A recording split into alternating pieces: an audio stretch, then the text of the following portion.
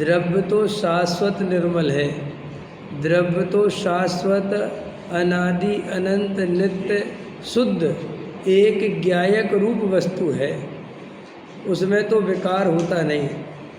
जो कुछ भी मलिनता है वो तो पर्याय में है, लेकिन द्रव्य शुद्ध होने पर, द्रव्य परिपूर्ण होने पर, द्रव्य एक रूप नित्य ज्ञायक रूप होने पर भी अगर पर्याय में मलिनता है तो जीव को दुखी दुख मिलता है। इसीलिए पर्याय की मलिनता दूर हो तो जीव सुखी हो। आप समझ गए कि इसका अर्थ क्या है कि हम अनादि काल से, निगोद से लेकर अभी तक हम द्रव्य स्वभाव से तो सदा काल शुद्ध हैं, त्रिकाल ज्ञायक हैं। स्वभाव में द्रव्य में कभी जन्म मरण नहीं होता, जन्म मरण तो पर्याय में होता है, मलिनता तो पर्याय में है, राग द्वेष कसाय तो पर्याय में है, और राग द्वेष मिटेगी तो पर्याय ही शुद्ध होगी। लेकिन स्वरूप ऐसा है कि द्रव्य शाश्वत शुद्ध होने पर अगर उसका शुद्धपना पर्याय में प्रकट नहीं हो तो जीव दुखी रहता है। ये बात अच्छे से समझ लें। अगर हमारी पर्याय की मलिनता दूर नहीं हो रही है और हम बहुत स्वाध्याय सुनते हैं, बहुत शास्त्र पढ़ते हैं, बहुत क्रियाकांड पालते हैं, तो समझ लेना कि अगर पर्याय में राग देश बराबर खड़े हुए हैं, पर्याय में मलिनता पड़ी हुई है, पर्याय में मिथ्यात्व चल रहा है, तो जीव सुखी नहीं हो सकता, हम सुखी नहीं हो सकते। अगर हमें सुखी होना है तो हमारी पर्याय की मलिनता दूर होनी चाहिए।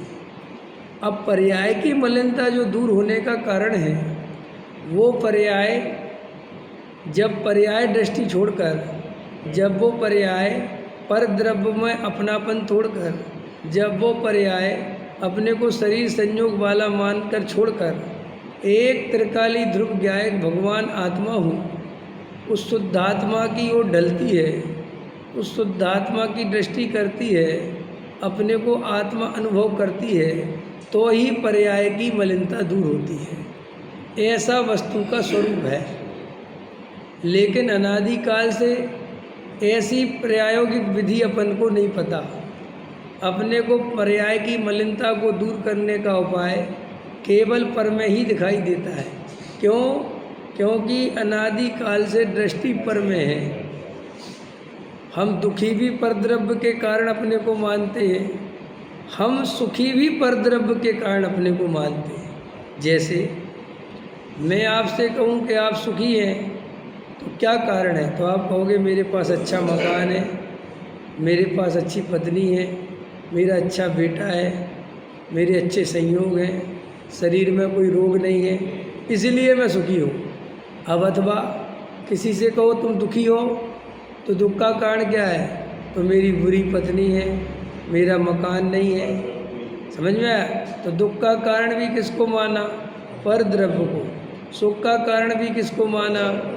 तो ये मान्यता कब की है? अनादिकाल से, जन्मों जन्मों से चली आ रही है।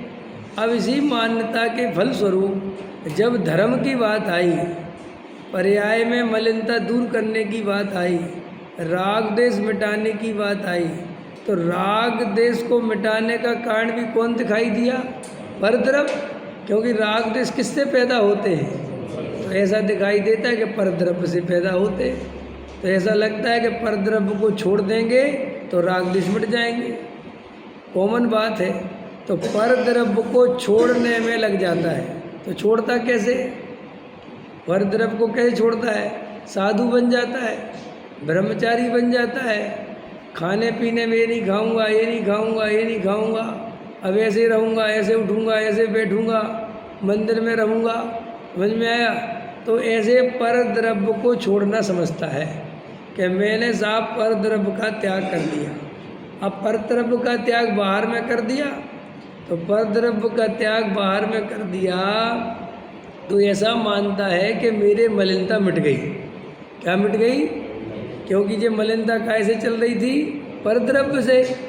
अब तो मेरा घर परिवार ही नहीं है, अब तो मेरा कोई है नहीं, इसलिए मैं तो जो है त्यागी वृत्ति साधु बन गया, मेरा आत्मा तो पवित्र हो गया। लेकिन साधु बनने पर भी राग देश नहीं मिटे, कसाई नहीं मिटी। समझ में आया? ब्रह्मचारी त्यागी वृत्ति बनने पर भी राग नहीं मिटा, लेकिन वहाँ पर दृष्टि नहीं जाती। क्यों? वहाँ पर दृष्टि जाने के लिए उस जीव को तत्व विचार आदि करे, अंदर में आत्मचिंतन करे कि मेरी अंदर की क्या दशा है, तो पता चले कि अंदर में क्या दशा है। लेकिन अंदर में कभी विचार ही नहीं करता। जैसे कोई अपने घर में अंदर के कमरे में गंदगी पड़ी रहती है, समझ में आया?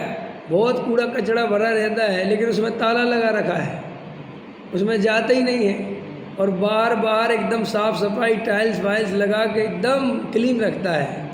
तो कोई बाहर से आता है तो उस बेचारे को तुम्हारे अंदर का तो घर देखने मिला नहीं, वो तो बाहर का ड्राइंग रूम देखकर बढ़िया सीनरी लगी है, बढ़िया सोफ़ा डला है, बढ़िया है, तो वो सोचता है कि घर इनका बहुत बढ़िया है।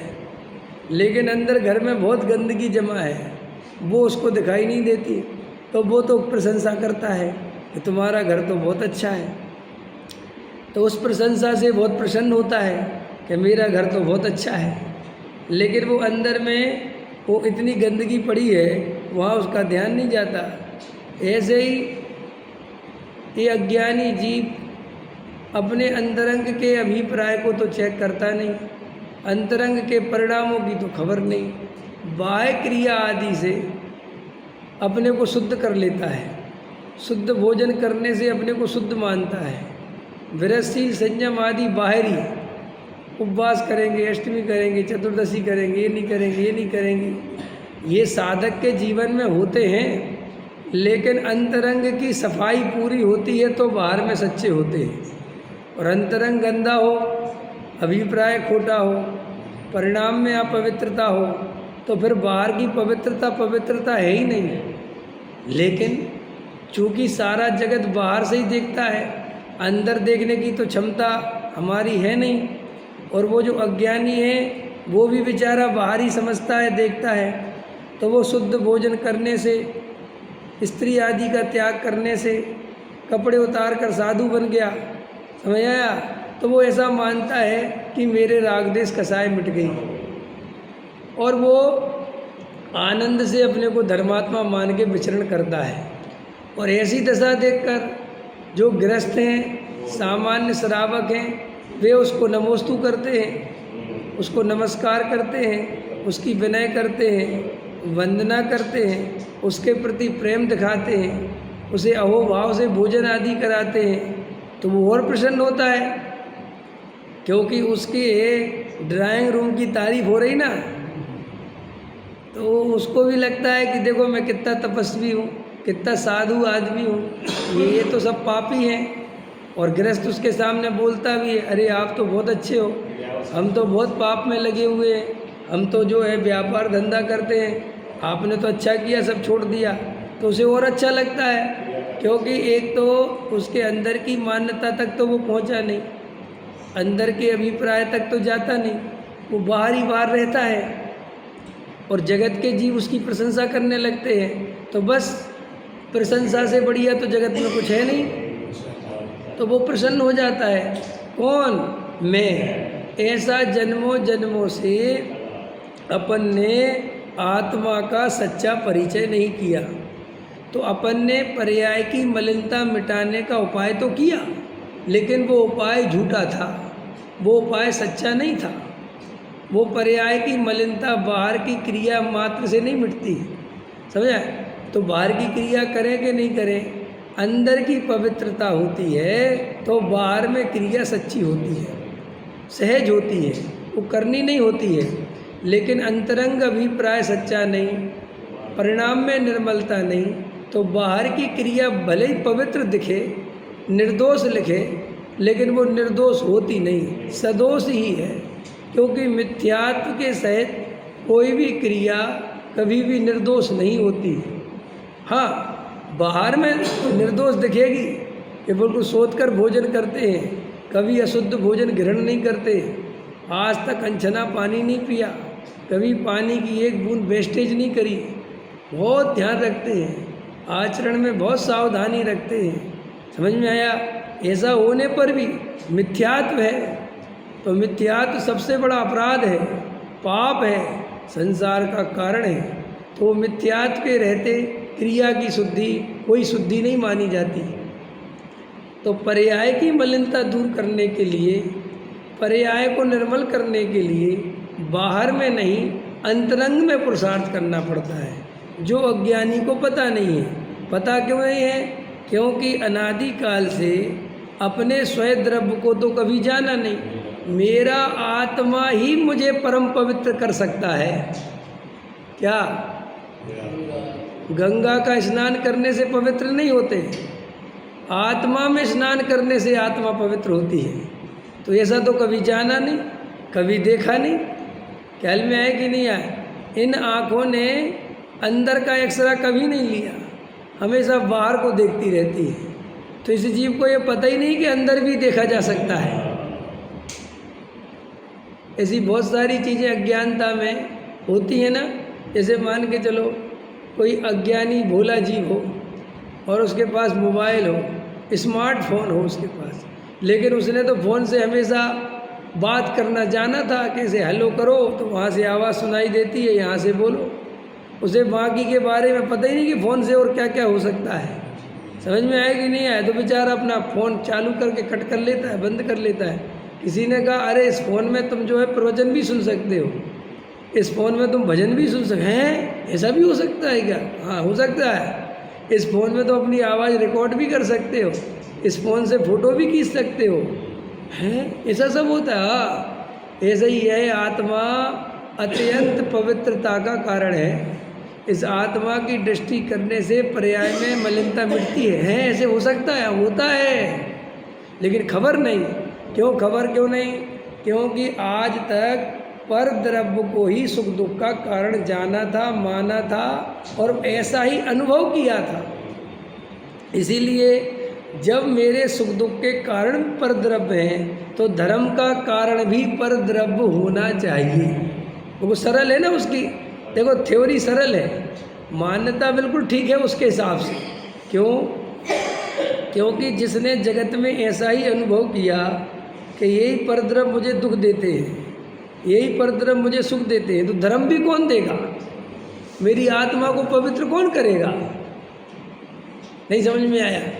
जैसे गंगा में नहाते हैं तो पाप धुल जाते हैं। समझ में आया कि नहीं आया? पाप करती है आत्मा और गंगा में जाके धुलता है शरीर। समझ में आया कि नहीं आया? तो शरीर के पाप धुलेंगे कि आत्मा के पाप धुलेंगे? भाई बात तो सच्ची है। गंगा के पानी में शुद्धता बहुत है। समझ में आया? गंगोत्री से निकलता है, पहाड़ों से निकलता है, जड़ी बूटियों को एक से एक जड़ी बूटियों को स्पर्श करते हुए निकलता है। तो गंगा में नहाया होगा किसी ने तो उसकी खाज खुजली मिट गई होगी। और खाज खुजली तो बहुत जन्मों के पापों को इकट्ठा करे तो खाज खुजली होती है, ऐसा कहते। समझ में आया कि नहीं आया? और गंगा में गया और खाज खुजली मिट गई तो उसने आके कहा अरे गंगा तो जो है पापों को मिटाने वाली, मेरे तो सारे पाप खत्म हो गए। कि क्या खत्म हो गए? खुजली मिट गई तो सारे पाप मिट गए। तो लोगों ने सोचा कि गंगा तो पापों को धोती है। समझ में आया कि नहीं आया? ऐसे ही लोग पूजा पाठ भक्ति करने आए। अब किसी ने पार्श्वनाथ की पूजा करी और उसी दिन उसको 2000 रुपये का लाभ हो गया। तो उसने कहा अरे पार्श्वनाथ की पूजा में चमत्कार है।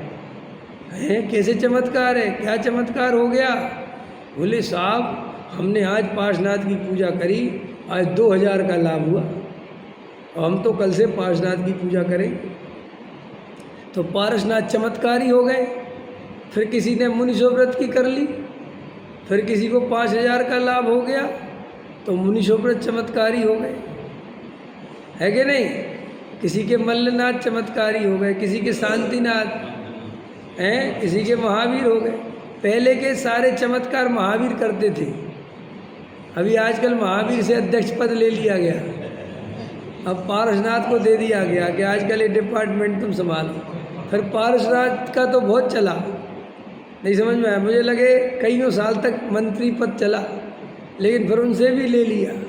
अब आजकल मुनि सुब्रत को दे दिया। काले काले पार्षद थे, काले काले मुनि सुब्रत। समझ में आया? ये कालेपन के पीछे भी कुछ मनोविज्ञान होना चाहिए, मुझे ऐसा लगता है। क्यों लगता है कि वो शनि देवता काला है? समझ में आया कि नहीं आया है? तो सोचते कुछ काले काले सावरिया पारसनाथ, सावले भगवान ज़्यादा काम करते होंगे। तो साहब ये सब क्या है? ये सब मिथ्या मान्यताएं चलती हैं जगत में। जगत ऐसे ही अज्ञानता से भरा पड़ा है कि साहब ऐसा क्यों है? भयभीत है, डरता है, दुख से डरता है। ये जीव सुखी होना चाहता है तो ऐसा भीख मांगता है सुख की। कोई कहता है शनि देवता को तेल चढ़ाओ तो सुखी हो जाओ, तो जल्दी चढ़ाता है, क्योंकि उसे देवता से कुछ लेना देना नहीं है, उसे तो सुखी होना है। फिर किसी ने कहा पार्श्वनाथ की पूजा करो तो लो साहब, किसी ने कहा पार्श्वनाथ चालीसा पढ़ो तो लो साहब, किसी ने कहा रोज अभिषेक में आया करो तो लो साहब, लेकिन उसको तो केवल सुखी होना है। तो आचार्य कहते हैं कि तुझे सुखी होना है, ये तेरी बात तो ठीक है, लेकिन तू जो उपाय सोच रहा है सुखी होने का, ये संसारियों के बीच में जा जाकर इन अज्ञानियों से जो तू उपाय पूछता है, ये बेचारे खुद ही दुखी हैं, ये तुझे क्या उपाय बताएंगे? समझ में आया? अरे जो खुद ही दरिद्र हो वो दूसरे की दरिद्रता क्या दूर करेगा? जो स्वयं रागी द्वेषी हो वो तुम्हें वीतरागता क्या देगा?